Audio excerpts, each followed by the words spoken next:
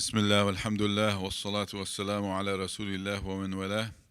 إن الحمد لله نحمده ونستعينه ونستغفره ونستهديه ونؤمن به ونتوكل عليه ونعوذ بالله من شرور أنفسنا ومن سيئات أعمالنا. من يهدي الله فهو المهتد ومن يضلل فلن تجد له وليا مرشدا. وأشهد أن لا إله إلا الله وحده لا شريك له وأشهد أن محمدا عبده ورسوله بلغ الرسالة وأدى الأمانة ونصح الأمة وكشف الله به الغمة، فصلاة الله وسلامه عليه وعلى آله وعلى أصحابه وأهل بيته ومن تبعهم بإحسان إلى يوم الدين. أما بعد، فإن خير الكلام كلام الله، وخير الهدي هدي نبينا وحبيبنا وقائدنا محمد صلى الله عليه وسلم، وإن شر الأمور محدثاتها وكل محدثة بدعة وكل بدعة ضلالة وكل ضلالة في النار، أعاذنا الله وإياكم منها. First, we thank the organizers for having this important meeting and gathering. And we thank MIC for allowing us to use their facility for such an important issue. This is the issue regarding Muslims participating in the public arena through the voting process. Many people may think that there's no need for Muslims to indulge or be part of it, but this is really an old idea that we should really get rid of. If we are living in this country, it is very important that we participate since we're paying taxes. Taxation without representation is as if you are giving your money somewhere and you throw it away and not caring of where your money is going to go. So thus, as being part of good citizens that are living here in this country, then this is our job and our responsibility to be this. Once you start participating, then also your name will be on the jury list, and in case there's something, la samahullah, that we need actually some Muslims to be on a certain jury, then at least our names will be there. And if a Muslim needs any kind of court, then if there are no Muslim representation, then that person is not going to be well defended. So that's crucial. That's very critical and important for us as people who are living here in this country. Now, a lot of people may think that when we're participating, then this is really not what Islam tells us. But that's not true. As Muslims, actually, we should really participate and we should be encouraged to be part of the place or the country that we're living in. And participating in this voting process is not really just a matter of electing president or electing senator and governor. Although this is important, but there's even more things important than that, and that is the local issues. We always say that the statement that politics is always local. That means that when you participate in this election, especially the local election, you are the one who's going to decide who's going to be in the city, who's going to run who's going to be the mayor, who's going to be the city representative, who's going to be the board representative, who's going to be in the school board representatives, the county representative, and so on. And if we don't have people who are going to represent us, or if the people who are there never seen any Muslims participating in all of these elections, then they're not going to care really for the Muslims. And there is a very known statement here in Memphis: if you're not at the table, you're at the menu. Which means that if you are not really participating and you're not among the policymakers, the movers and the shakers, then you are just among the followers. Whatever happens, it's just going to come your way, and then you have no right actually to complain. You have no right to complain. So the participation or being part of all of this process is extremely important.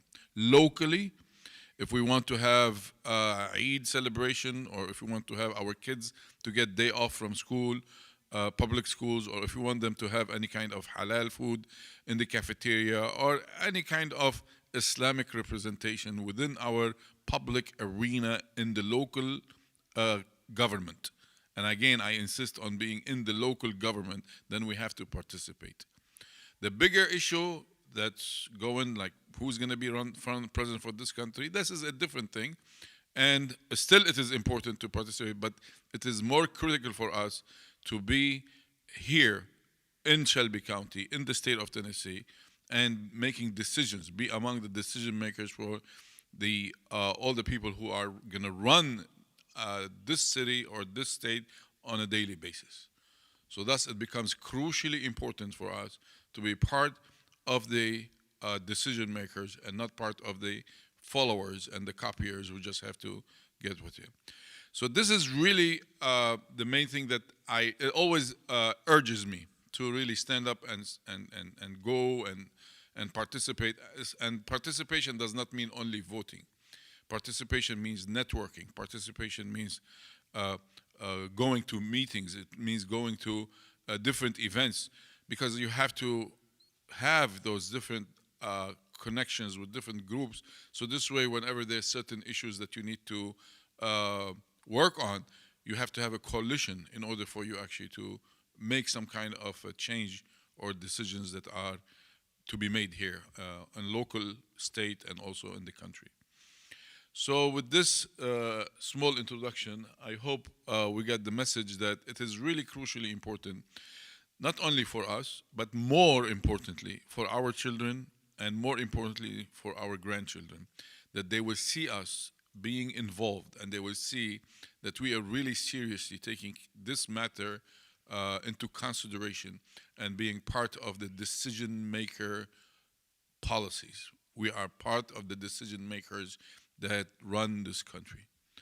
Jazakumullah khair, and I pass the mic to Sister Sabina Muhyiddin, who is the Executive Director of the American Muslim Advisory Council for the state of Tennessee. And I should say that Jazakallah khair, I've been knowing her for many, many years, and she's been the active sister in this field. And I think the AMAC is the only lobbying Muslim group in the state of Tennessee. So Jazakumullah khair, barakallah fikum, and inshallah, for many, many victories in the state of Assalamu alaikum. Jazakallah khair. Assalamu alaikum rahmatullahi wa barakatuhu. I am excited to be here in Memphis today. As the Executive Director of the American Muslim Advisory Council, we help represent the Muslim community throughout the state. And today's talk is about building power through advocacy and what role each and every one of us can play in building that power. So I will go ahead and start with the presentation. I know Brother Nabil gave a wonderful introduction. I want to continue that thread on how do we see our role as Muslims in the civic engagement space. So in the Quran in Surah Ali Imran, in Ayat 104, Allah says, "Be a community that calls for what is good, urges what is right, and forbids what is wrong. Those who do this are the successful ones." We are supposed to be here in the community, making positive change, not just for ourselves and our families or for our fellow Muslims, but for our neighbors, regardless of their religion, because their issues are our issues. Wherever Muslims live, whatever neighborhood they live, community they live, city, state, country that they live, they should be a source of good for everyone. Everyone should know us as, if Muslims move to this neighborhood, to this city, there will be some good coming out of it. So that's our Islamic imperative, to stay involved. So I'd like to tell you a little bit more about the American Muslim Advisory Council. This year, 2022, we're celebrating our 10-year anniversary. AMAC was founded after a series of attacks on our community. So if you don't know some of the history here in Tennessee, in 2010, the Islamic Center Murfreesboro applied to get a new mosque built. And they were approved by the zoning board, but what happened was there was fierce protest against the building of the new mosque. And it started in 2010, and subsequently there were 2 lawsuits against it. And a year later in the state legislature, the state senator who was from Murfreesboro, introduced a bill, an anti-Sharia bill. And this bill, at first glance, it was saying that following certain Islamic rituals would get you in trouble. But really, underneath, this bill was really about trying to stop the building of this masjid. And so the Muslim community galvanized around this issue, and across the state, Muslims came to the Capitol to fight against this bill. And we spoke at the committee hearings, we talked to our legislators, we came to the legislature in droves. So we had over 300 people from across the state saying, no, you will not take away our rights. And that was very important because the legislators who introduced this bill thought, hey, there aren't hardly any Muslims in Tennessee. We can do whatever we want. Who's gonna say anything? But we stood up and we showed that we had power. We could advocate for ourselves. We brought in allies to stand beside us. But the Muslim community took the lead.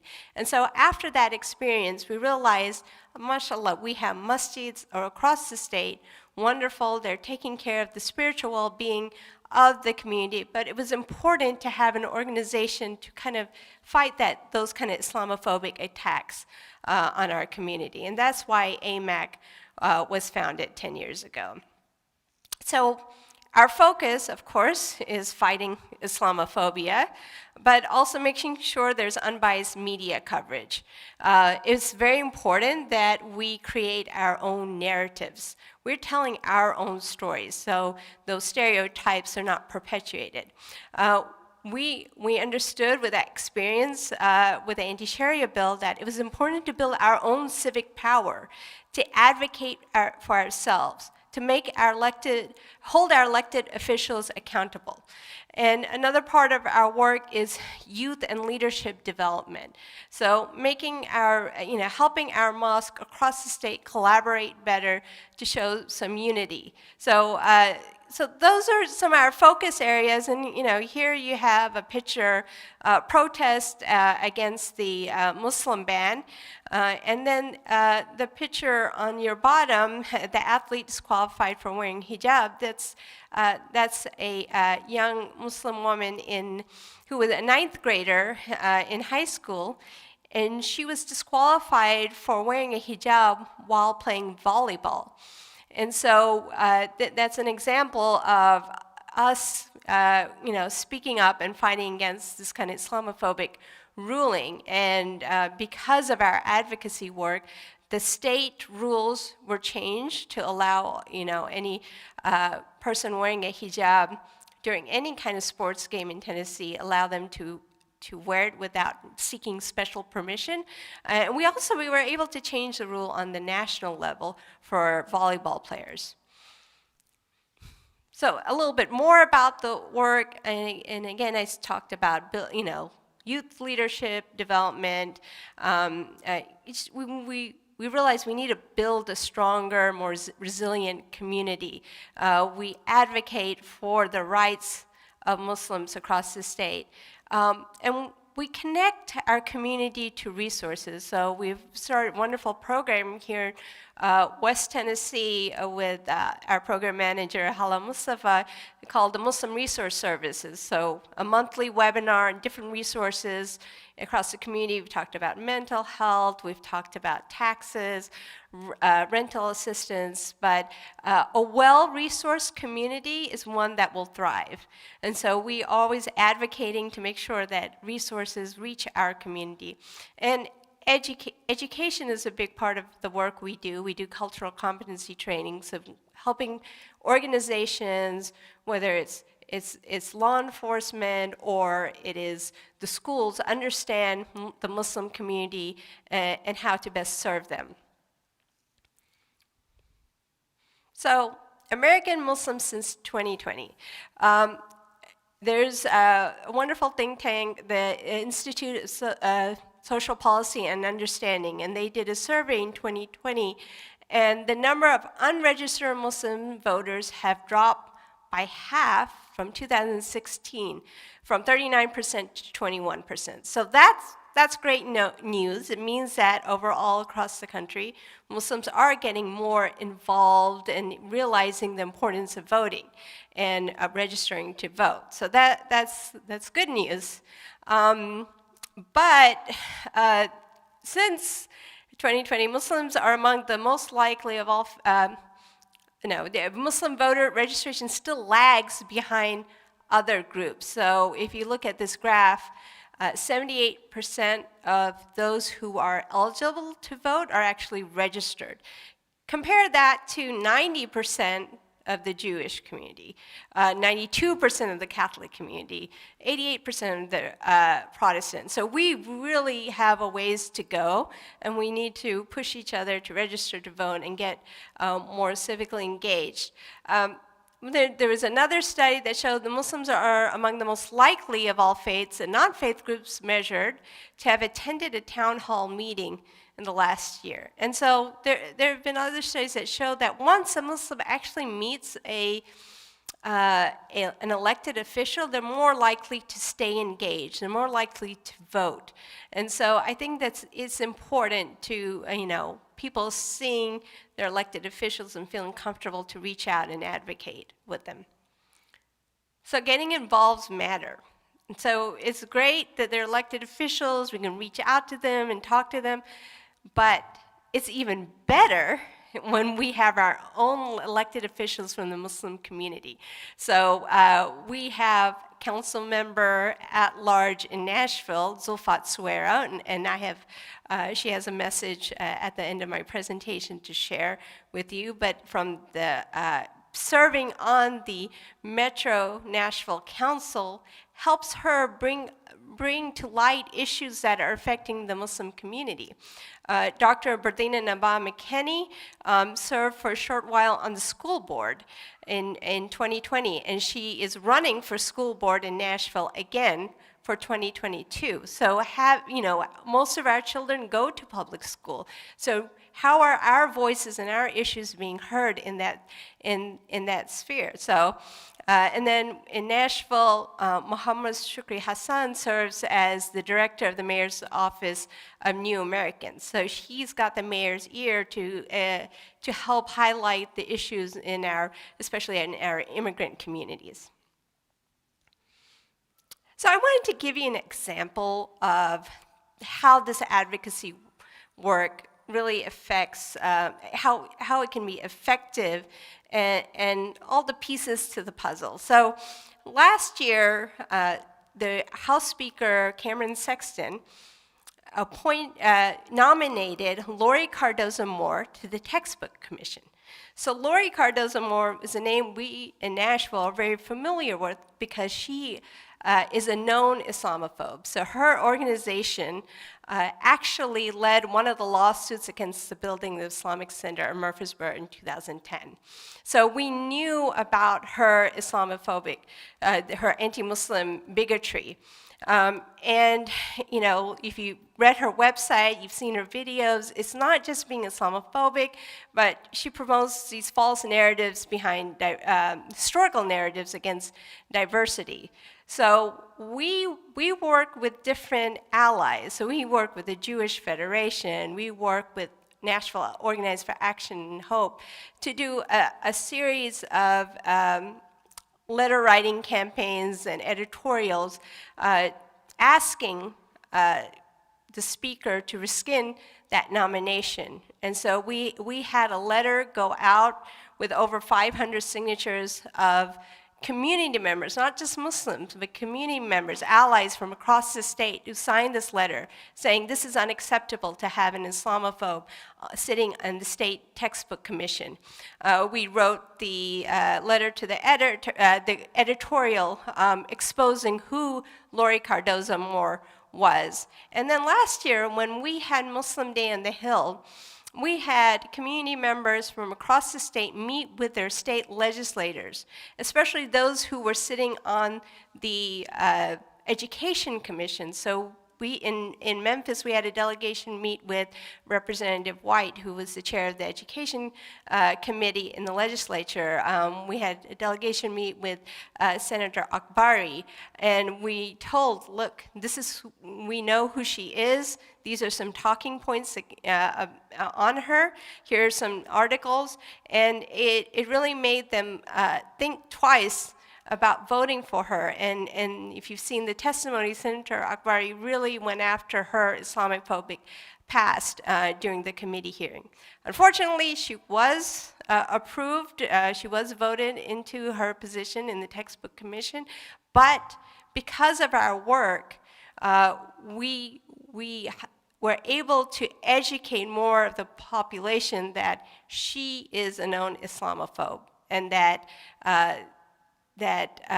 we were able to build allies and educate our legislators on who this person was. So I think that was very important in our work. So Tennessee legislature, they are always introducing a lot of bills that are that restrict a lot of our rights we have. They have a lot of anti-immigration bills over the last 10 years, anti-refugee bills. Of course, we have the anti-Sharia bill, right to work, voter ID bills, redistricting, and this year, a lot of the bills that we are concerned about regard education. If you've been following the redistricting, we could see from the maps, and the top one is our state, our congressional districts before 2022, and then the bottom is from 2022. And really, Memphis was split up. The districts changed, in Nashville, that used to be in one single district, was split into 3 districts, and it weakens our power. So that was very concerning to us. So how can you get involved? As citizens, of course, you can vote. In 2022, there are a series of elections, and you can join boards and commission. And we looked this up, and it's very interesting. In Nashville, we have several members of the community who are on the city board and commissions. In Memphis, and let's see if this works.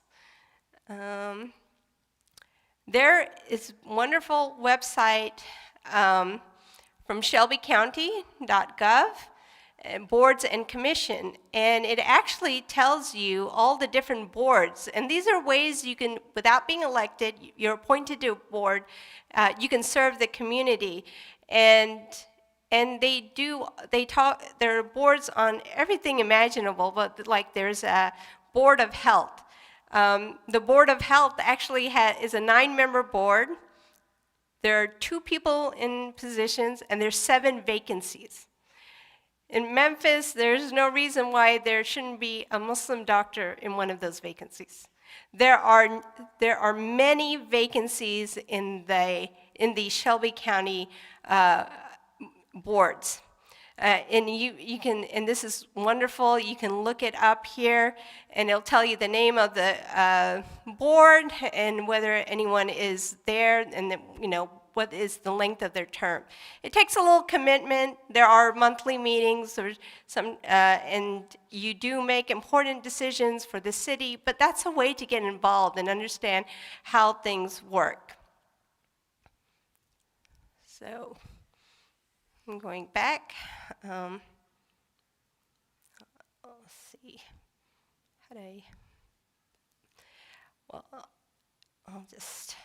So how to get involved if you're not a citizen? Well, regardless of citizenship, you can learn and educate your friends and family on issues that affect you, attend school board meetings, whether or not your kids are in school, what happens in in the schools affects our communities. Engage with local leaders. Get to know your commissioners. Meet with them, have lunch with them, so they understand who you are and they can look beyond the stereotypes. And you can talk to them about your issues. Volunteer with civic organizations or volunteer with AMAC. So those are important ways to get involved. With AMAC, there are several things we do around the elections.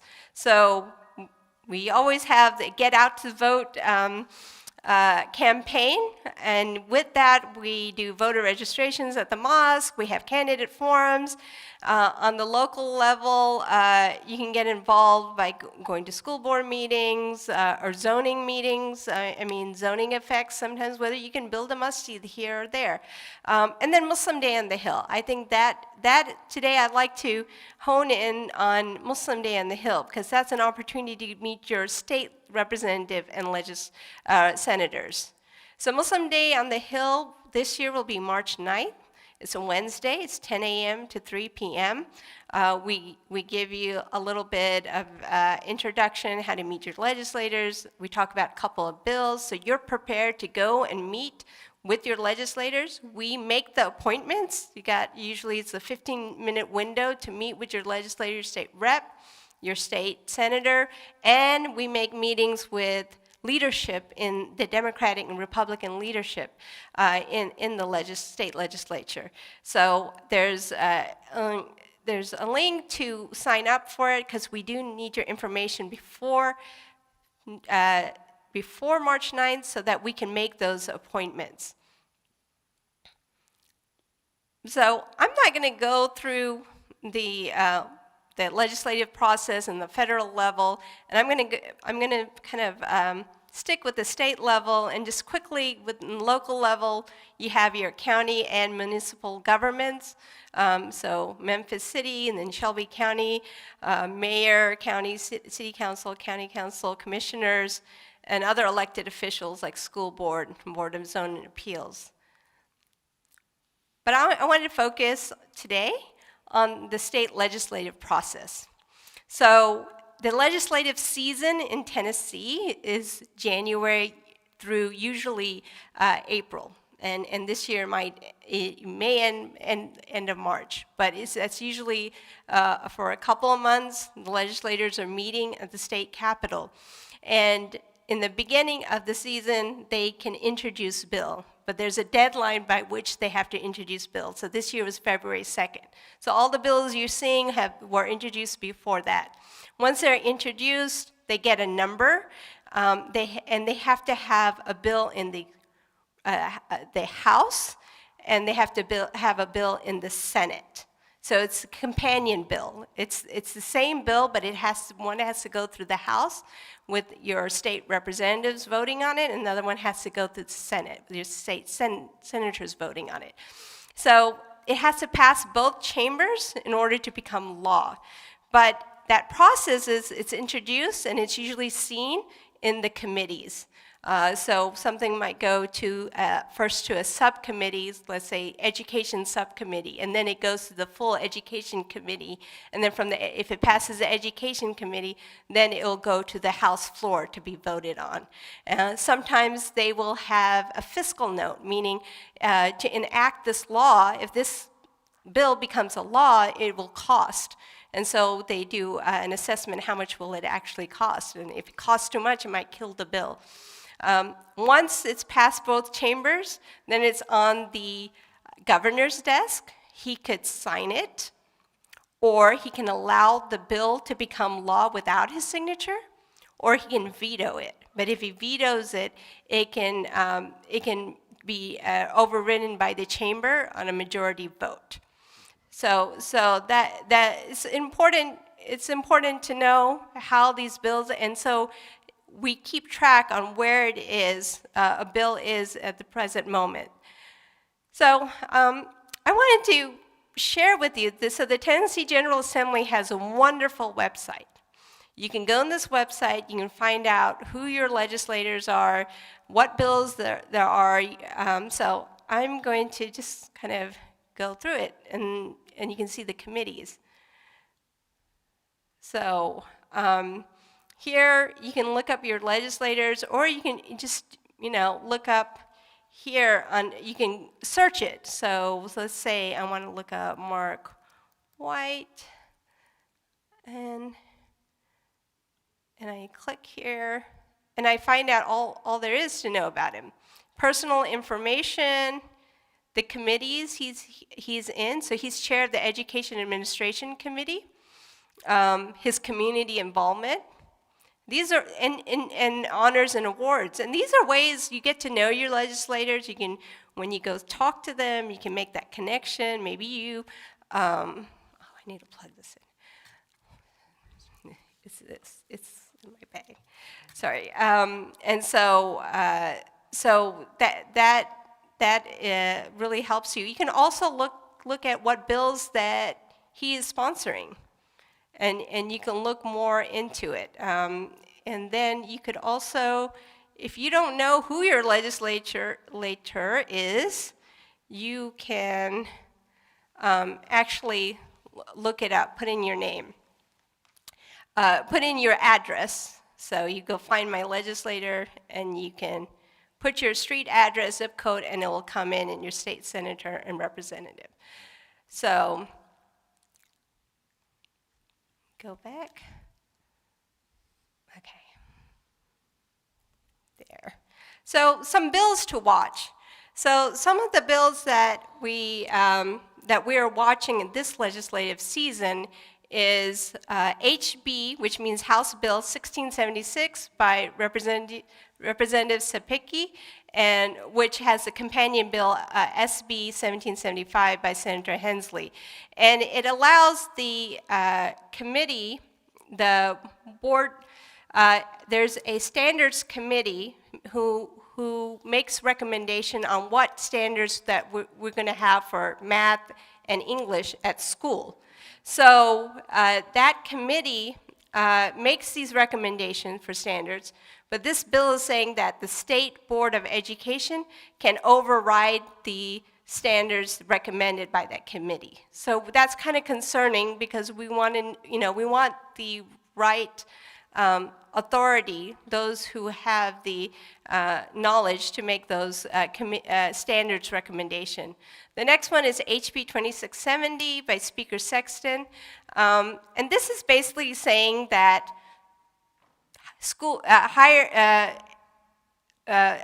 higher education institutions like universities and colleges, state universities and colleges, cannot do anything around diversity, equity, inclusion in their schools. So this is an anti-diversity, equity, inclusion that hurts our students. So we are against this. Thank you. And then the last bill, HB 1004 by Representative Love, that allows that when students who are in 12th grade register to vote, usually they have to either vote one time in person before they can absentee vote, or they have to register at the election commission to qualify for absentee voting for the first time. So this bill allows the teachers to register them, and they can still vote absentee the first time they vote. So that's important for kids who are seniors in high school. They register to vote, and then they go to school out of state. So this kind of allows them to still vote absentee for their first election. That's a common problem to have.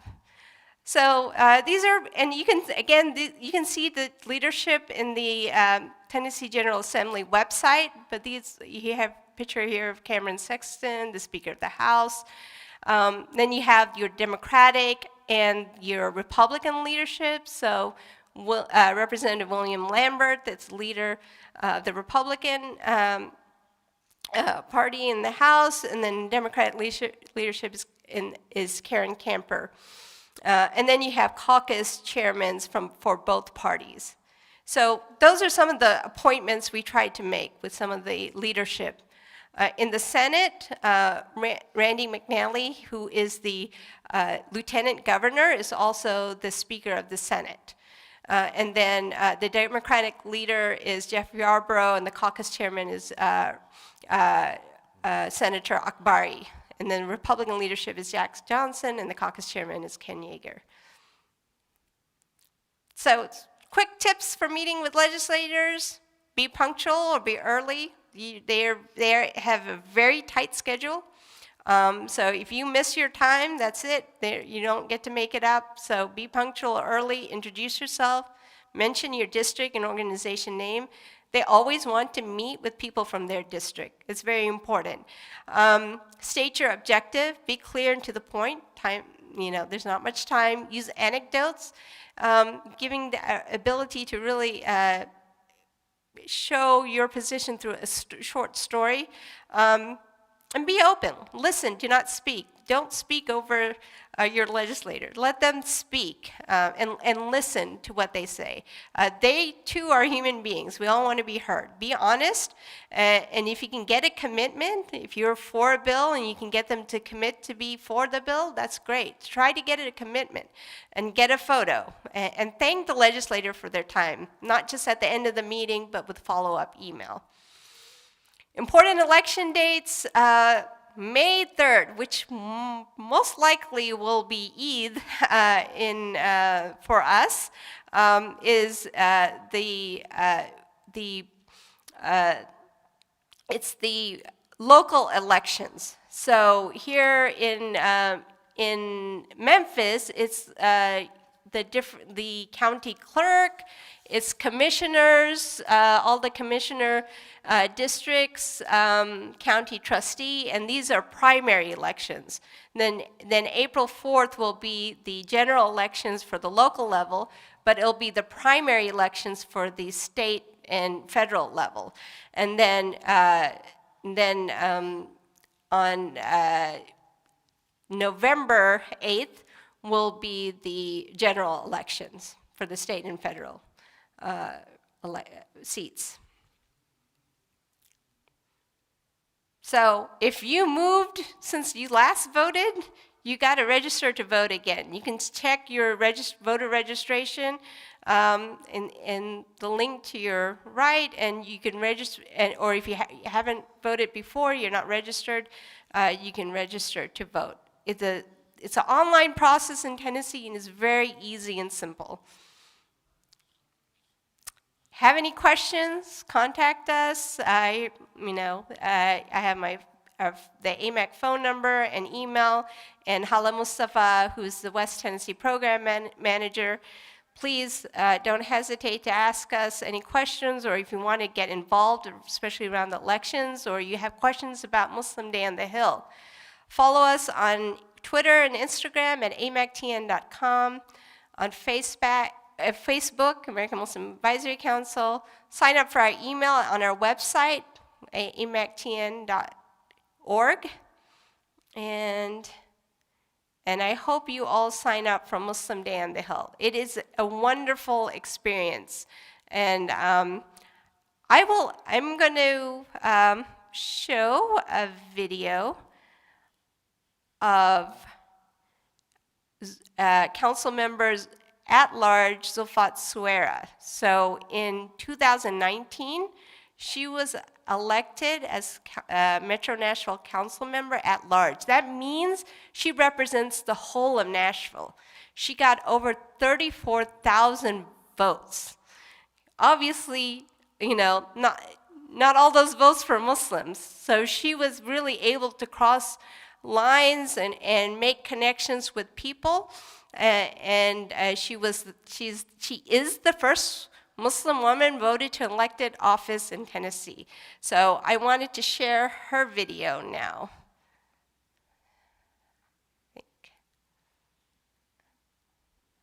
Assalamu alaikum wa rahmatullahi wa barakatuh. Hello, my family in Memphis. I've missed all of you. I wish I was there with you in person. But I had a conflict this week and I'm not able to make the trip. But inshallah, I hope I get the opportunity to see you all very soon. I wanted to share a couple of things with you in regards to the webinar training that we're doing today.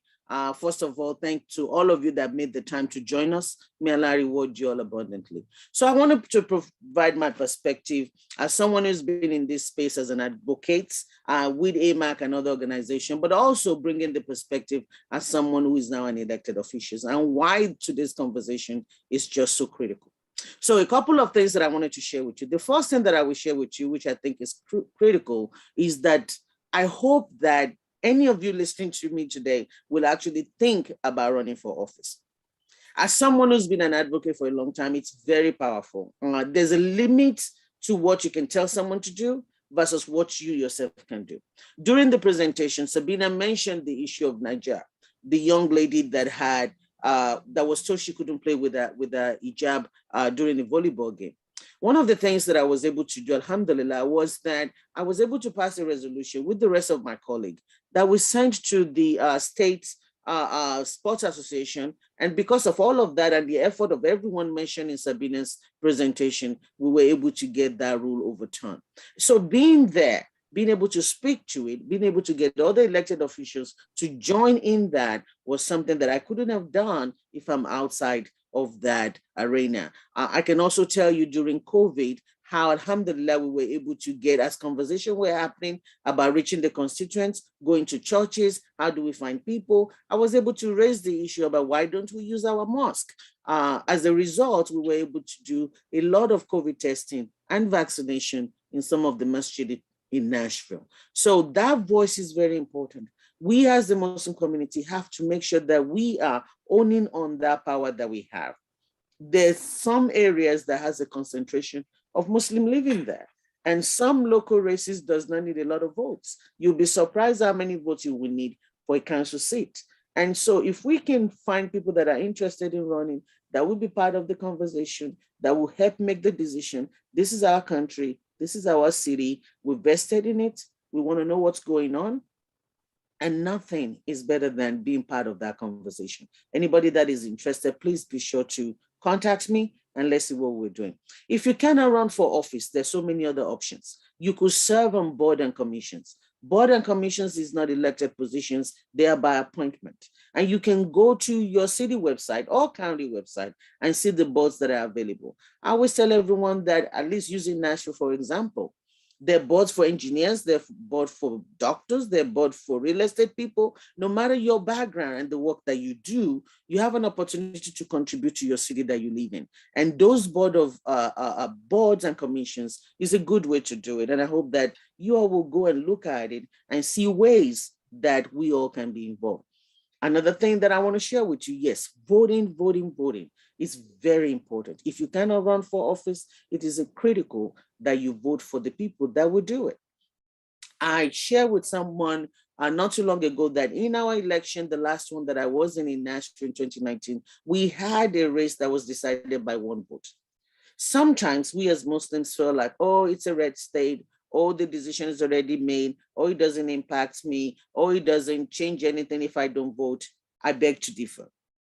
I beg to differ. Depending on where you live, in a very tight race, it could just be a simple majority where that one vote would determine who will serve.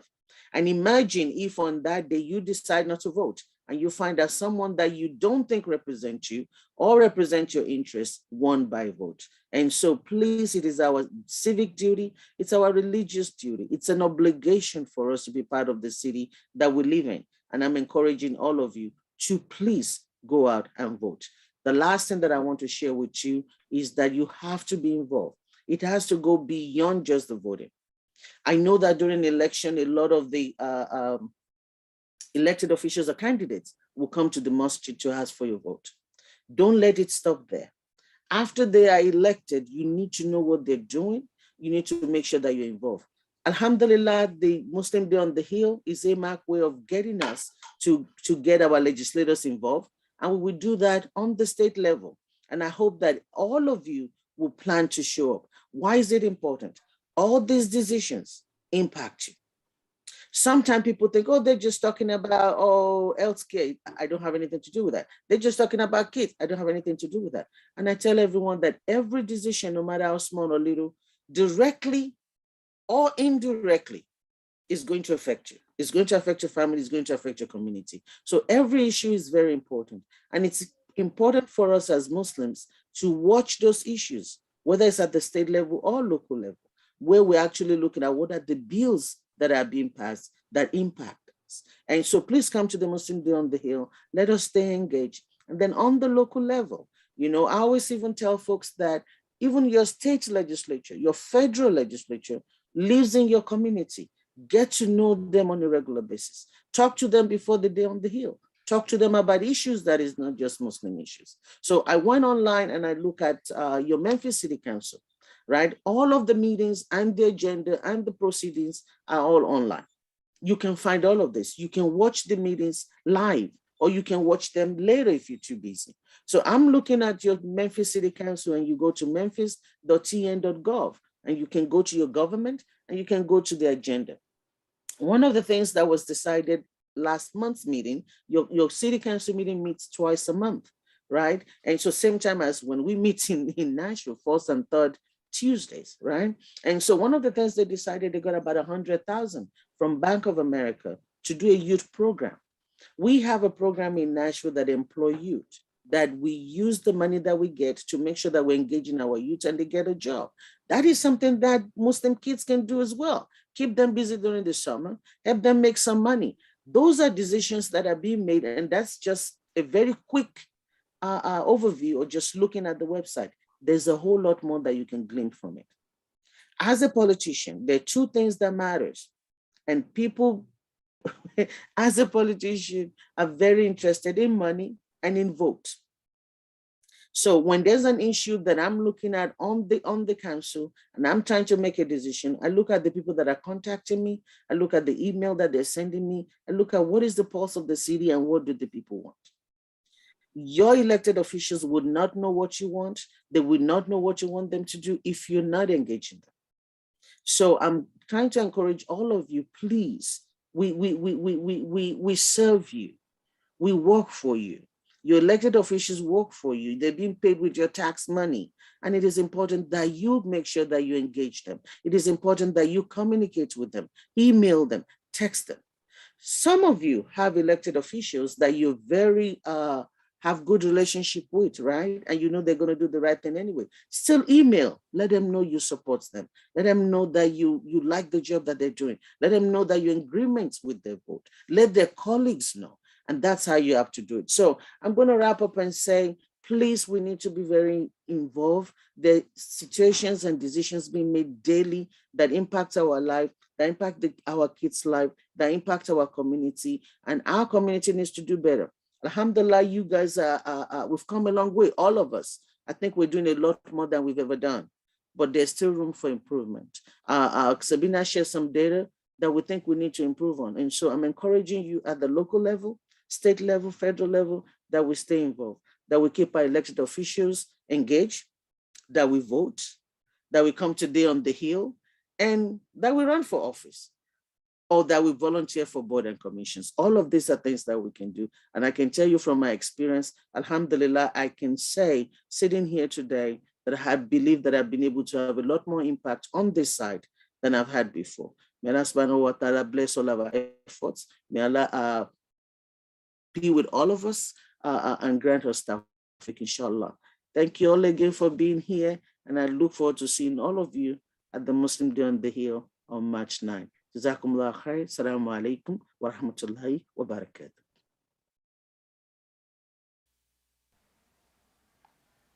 Thank you. I think now we'll have Hala Mustafa speak a little bit on her experience being civically engaged. First, I want to say thank you so much, Sister Sabina, for the work you do for the community. As Muslims, we need to be seen and heard. How?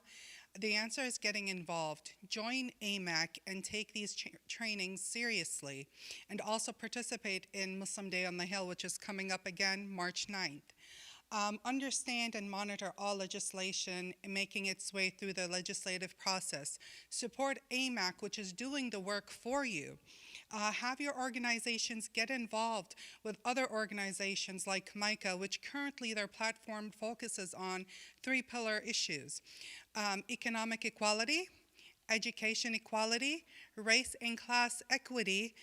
It's economic equity, education equity, and race and class equity in the justice system. Also know that MICA, you do not have to be part of an organization to join MICA. You can join as an individual as well. And this is just one organization. We just need to actually start being part of the solution.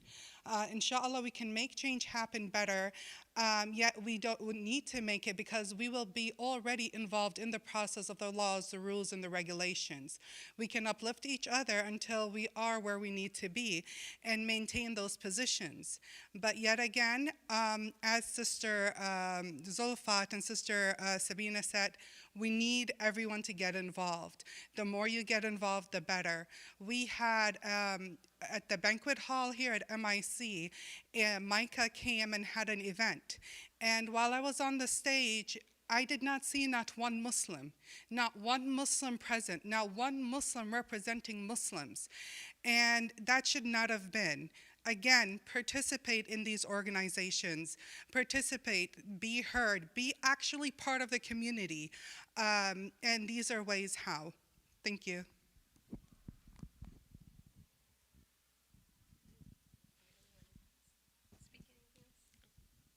Well, inshallah, from my experience, and I've been in Memphis here for many, many years, since 1990. And I would say how crucial and important this work is. A long time ago, we had one brother, African American, who became Muslim. At older age, he had Parkinson's disease, so he forgot, he got dementia all over again. So he always forgot actually where he's at and didn't actually know at the later age where to go. So he was always with the company of his family. His family were Christian. He was Muslim all his life. When he died, the family buried him as a Christian. So I remember this, long time ago, we had what's called a bill going on in the state senate called the Next of Faith, Brother in Faith, will be in charge of the taking care of the burial instead of next of kin. And we had the bill going on actually through the state, and then the attack on September 11 happened, and everything really failed down. So this is, for us as Muslims, maybe those who were born and raised by Muslims and they are in Muslim family, they don't have to think about this. But for our brothers and sisters who are coming from a different faith tradition and then embracing our faith tradition, it's really a big issue for them. Something like this, we should always think about. And if we have that bill, which is Next of Faith, then inshallah, regardless of what the brother are, where they at, we can always have a proper burial. This is just one example. There are many other examples that had with the Chinese family and things of that nature. So I personally I have been involved with all different communities, and I know how important this work is. And I urge you, Allah, I don't know what to say, I urge you to participate and be part of the change, be part of the solution, don't be part of the problem. If we just sit down and do nothing and just complain, we have no rights for complaining. You have to do first, do your action, whatever change you want to see, go ahead and work on it in order to make that change happen. Jazakumullah khair, that's all what I say, inshallah. And I'll pass the mic to Sister Sabina.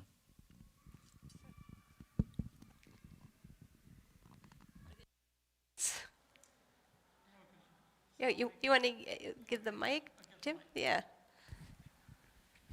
Assalamu alaikum. Wa alaikum salam. It's good to see you again. I don't know if you remember it. I sat with you when we were talking about Laura Moore with the legislator, one of ours.